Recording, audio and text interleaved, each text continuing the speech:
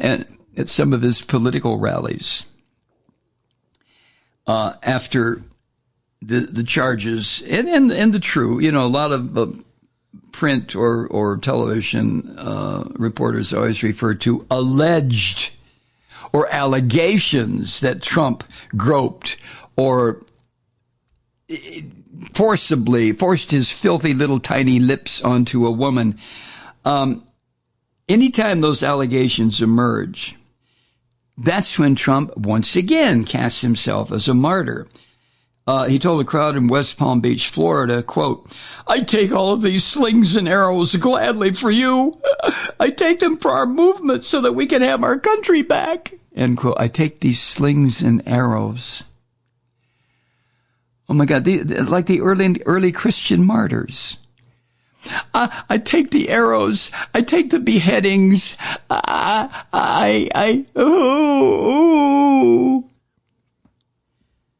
Now that kind of language, according to a psychohistorian at Ramapo College in New Jersey, this guy is named Paul Elowitz. He says that showy language is part of a pattern of self-importance and grievance that Trump deploys so that he can skate over the ups and downs in his filthy, useless life. Elowitz said this, quote, "When he's on the rise, he talks about how important he is, how he has $10 billion. But when he's in trouble, he goes back to the sense of grievance and the grandiose language. Grandiosity is a cover-up for a hurting little kid who can never fill that pit of neediness, that sense of grievance that goes back to when his mother couldn't give him the love he needed at a very young age." End quote. Oh my God. That's a little embarrassing to read or to know. I mean, it's almost like watching Trump masturbate or something. Ooh. I mean, it's just Trump's mother, according to Trump history or history written about the Trump family, his mother underwent a series of debilitating operations that left her in a not very good, healthy condition when he was a toddler. That's according to a number of Trump relatives, including Mary Trump, his niece, who has written devastatingly accurate truth about this bastard. Anyway, what he does, he regularly positions himself as the one person who will sacrifice on behalf of what he calls the forgotten men and women of this country. End quote. I mean, doesn't it make you want to scream, rend your garments, do something? A Yale historian named Timothy Snyder has called Trump, quote, "the martyr in chief, the high priest of the big lie, creator of the sacred cause, the reinstallation of Trump in the Oval Office, for which his followers sacrificed themselves on January 6, 2021, during the attack on the Capitol." End quote. Oh, my God. Now, I know that you know a lot of this, and I know that it is somewhat irritating to hear your humble and obedient servant here go over this again, but I think it has to be constantly talked about because Trump is such a provocateur. He's such an expert, like Hitler in Mein Kampf, insisted that you tell the big lie, but you tell it over and over and over until it becomes truth. And Trump must have studied Mein Kampf as a training manual because he has done so much that Adolf wrote about when he was in jail. When the orange bastard, well, first of all, as we know, he has no respect for religion at all, except insofar as he can manipulate Christians and Jews, and I guess occasionally a Muslim or two. And he scoffs at religion. He sees it for what it is, that it's a bunch of bullshit, but it's something he can use.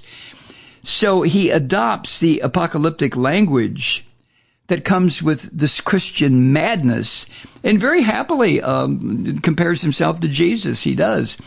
And some of his more ardent followers do. For example, this bitch, the Q bitch from here in Georgia, Marjorie Taylor Greene, when he was arraigned in New York in April, Taylor Greene said he was, quote, he's joining some of the most incredible people in history who've been arrested and persecuted by radical corrupt governments, including Nelson Mandela and Jesus, end quote.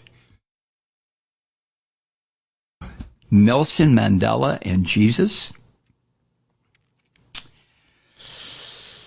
And during Trump's first impeachment trial back in 2019, another creep fuck from here in Georgia, Representative Barry Loudermilk, Republican, he argued to House colleagues that Jesus had been offered more rights at his trial than Democrats had given Trump during their investigation. I mean, what kind of rights does anybody give anybody when an investigation is being conducted? Oh, man. But Barry Loudermilk is known here in Georgia as an absolute nutfuck. I mean, he is just crazy. That's one of the reasons he keeps getting reelected, is because there are so many crazy people here in Georgia. Christian nutcases. I mean, for real. You get outside Atlanta, woo, then you're in Georgia. Roderick Hart, who's a government professor at the University of Texas, who has written extensively on Trump's use of language, especially this apocalyptic shit, this martyr stuff.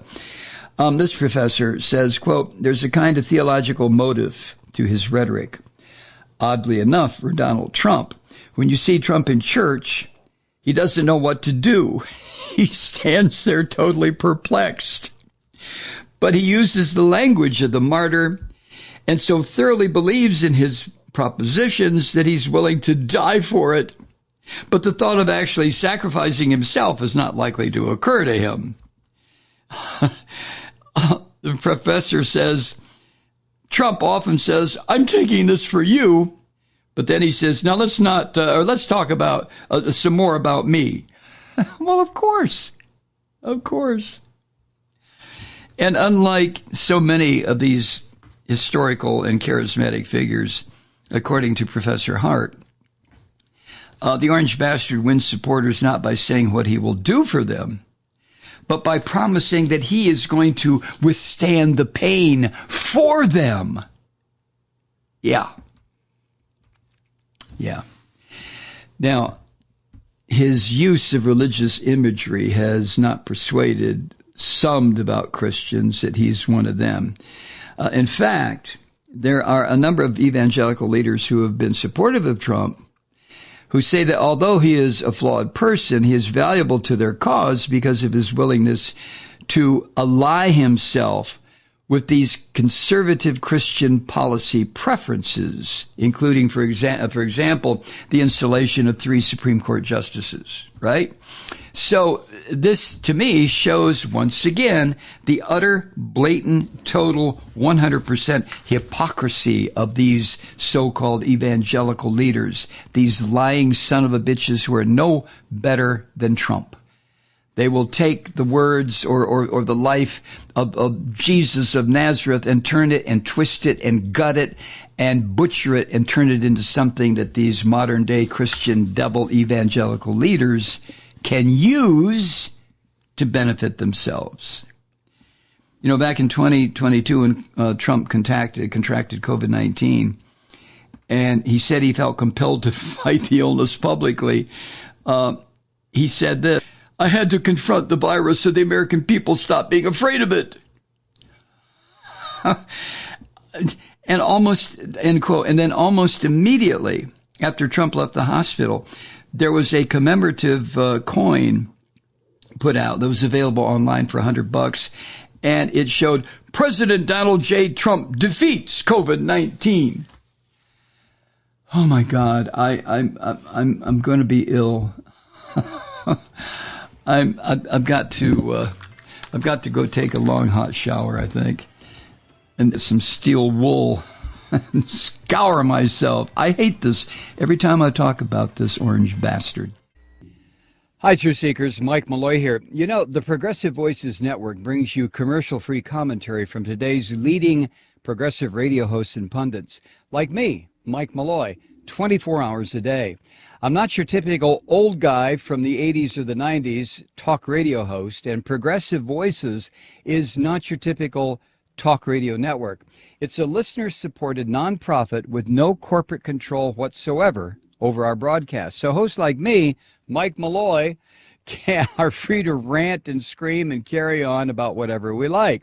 We're often controversial, but we're never boring. Weeknights, 9 p.m. in the East, 6 p.m. in the West on the Progressive Voices Network. Always progressive, always on. I'm Mike Malloy. Keep it lit.